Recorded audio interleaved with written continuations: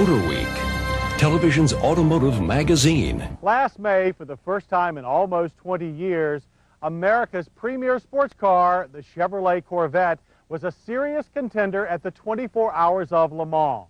In the end, the Vette finished second in the GT2 class, 9th overall.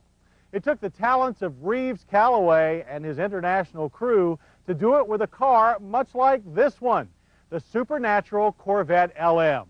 Yes, a few can now buy a ride very much like the one that took the French countryside by storm. But for the rest of you, here's what it's like. One thing's for sure, the Callaway Supernatural Corvette LM is unlike any Corvette we've ever driven. Our Dayglow test car is actually the first street-legal LM. It was custom-made for its owner, B.F. Goodrich, to use on its national promotional tour. And like every poster dream, the LM has a gorgeous body.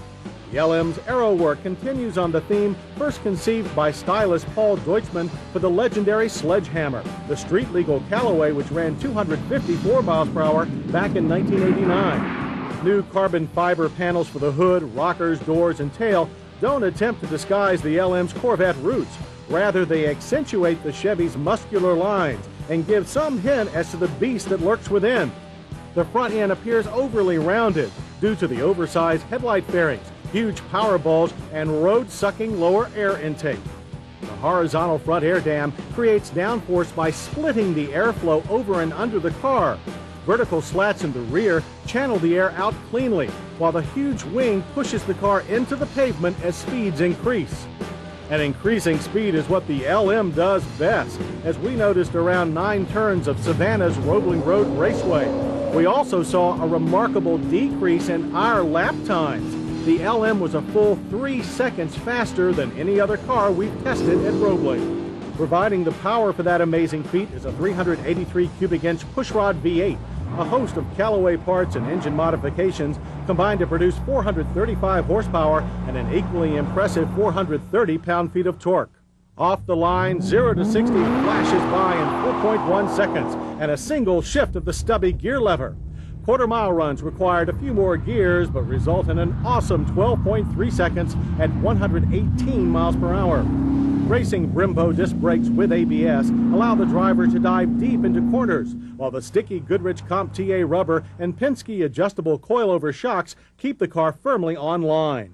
The LM demands the driver's attention at all times, especially to the ultralight steering, but it rewards its pilot with telepathic track manners and breathtaking performance. The car slingshots out of corners and hurtles down the straights like a big orange ICBM, all accompanied by the sweetest rumble of exhaust this side of, well, a Le Mans racer. Inside, we expected more of the Spartan race car for the street theme, so we were pleasantly surprised to be surrounded not by carbon fiber and exposed wiring, but by Wilton wool carpeting and hand-stitched embroidered leather.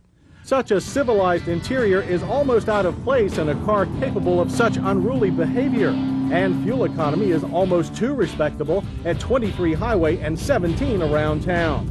The price tag demands respect too, adding nearly $89,000 to the price of a Corvette coupe for a final tally of $126,407. While that's hardly pocket change, remember this is not a mass-market sports car. It is a delightful romp through automotive nirvana and a prime example of how racing improves the breed.